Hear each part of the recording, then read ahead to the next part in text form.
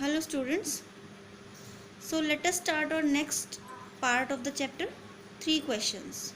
So let us begin the chapter. But then others said that there were some things which could be urgent. लेकिन तब दूसरों ने कहा कि भाई कुछ चीज़ें और भी हैं जो अर्जेंट हो सकती थी. These things could not wait for the decision of the council.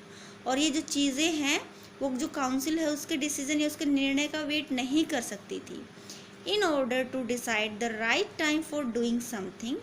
और किसी भी चीज़ को का जो सही समय है उसका निर्णय करने के लिए it is necessary to look in to the future.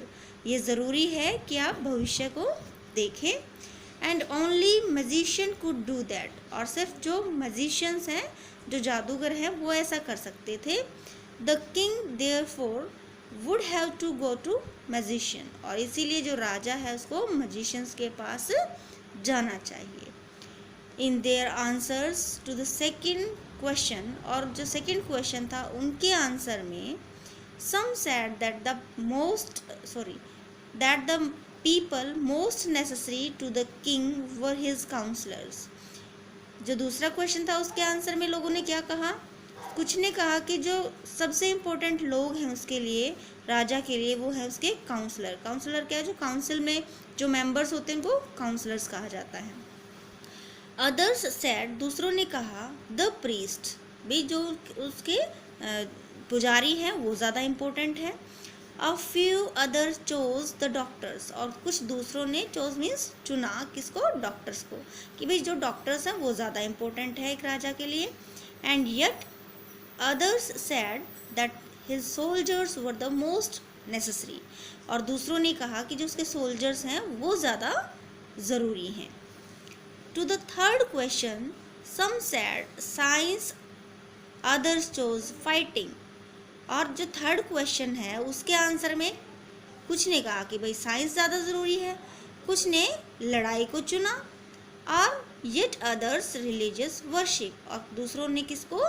जो धार्मिक, वर्शिप मीन्स पूजा, भाई जो धार्मिक पूजा है उसको ज़्यादा इम्पोर्टेंट कहा राजा के लिए. As the answers to the questions were so different. क्योंकि जो आंसर्स थे उसके क्वेश्चन के वो सारे के सारे इतने डिफरेंट थे, अलग थे. The king was not satisfied. जो किंग है वो ज़्यादा संतुष्ट नहीं था. And gave no reward. और उसने कोई भी रिवार्ड नहीं दिया, कोई इनाम नहीं दिया. Instead he decided to seek the advice of a certain hermit.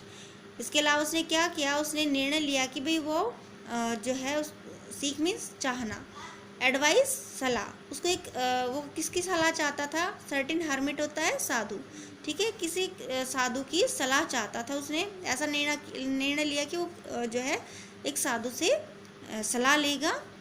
Who was widely known for his wisdom. जो कि बहुत दूर दूर तक किसके लिए जाना जाता था? उसकी बुद्धिमानी के लिए जाना जाता था. विजडम होता है बुद्धिमानी. The hermit lived in wood. जो साधु है वो जंगल में रहता था. Which he never left. जो उसने कभी नहीं छोड़ा. He saw no one but simple people. वो किसको देखता था? सिर्फ सिंपल पीपल को देखता था, लोगों को देखता था, जो साधारण लोग होते थे उनको देखता था, बाकी किसी को नहीं. And so king put on ordinary clothes. तो राजा ने साधारण कपड़े पहन लिए. पुट ऑन होता है पहनना. बिफोर ही रीच्ड, इससे पहले कि वो पहुंचता, द हार्मिट्स हट, जो साधु की जो कुटिया थी, जो झोपड़ी थी, उस तक the king left his horse. राजा ने अपना जो हॉर्स है, अपना जो घोड़ा, वो भी छोड़ दिया. विद हिज बॉडी गार्ड, अपने अंगरक्षकों के साथ.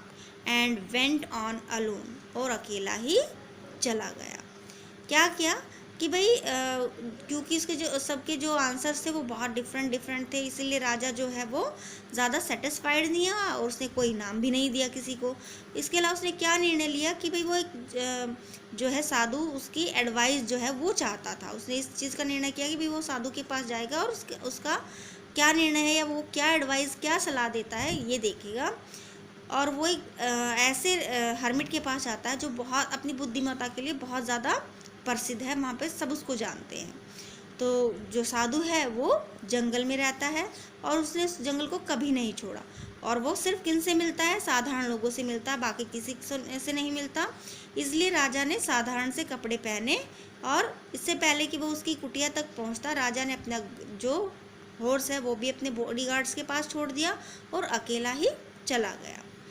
As the king came near the hermit's hut, और जैसे ही जो राजा है वो जो साधु है उसकी कुटिया जो हट है उसके नज़दीक आया, ही saw the hermit digging the ground in front of his hut, और उसने क्या देखा कि भाई जो राजा है जो हर्मिट है वो क्या कर रहा था, डिगिंग मीन्स खुदाई करना, वो ग्राउंड की खुदाई कर रहा था अपनी कुटिया के सामने।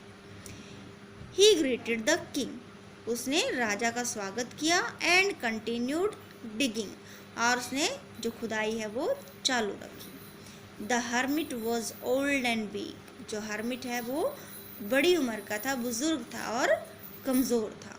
And as he worked he breathe heavily, और जैसे ही उसने काम किया उसको मतलब जो है सांस लेने में परेशानी हो रही थी। जब हम जो बहुत ज़्यादा भागते हैं तो हमारी जो ब्रीदिंग है वो तेज़ हो जाती है ना, उसी तरीके से काम करने की वजह से उसको सांस लेने में तकलीफ़ हो रही थी बहुत, क्योंकि बहुत ज़्यादा एज भी हो चुकी थी उनकी और कमज़ोर शरीर के कारण उनको सांस लेने में तकलीफ़ हो रखी थी। यहाँ पे ओल्ड जो वर्ड है इसका मतलब पुराना नहीं है, इसका मतलब ये है कि वो एज में बड़े थे। So thank you so much for watching the video. Next part we will do in the next video.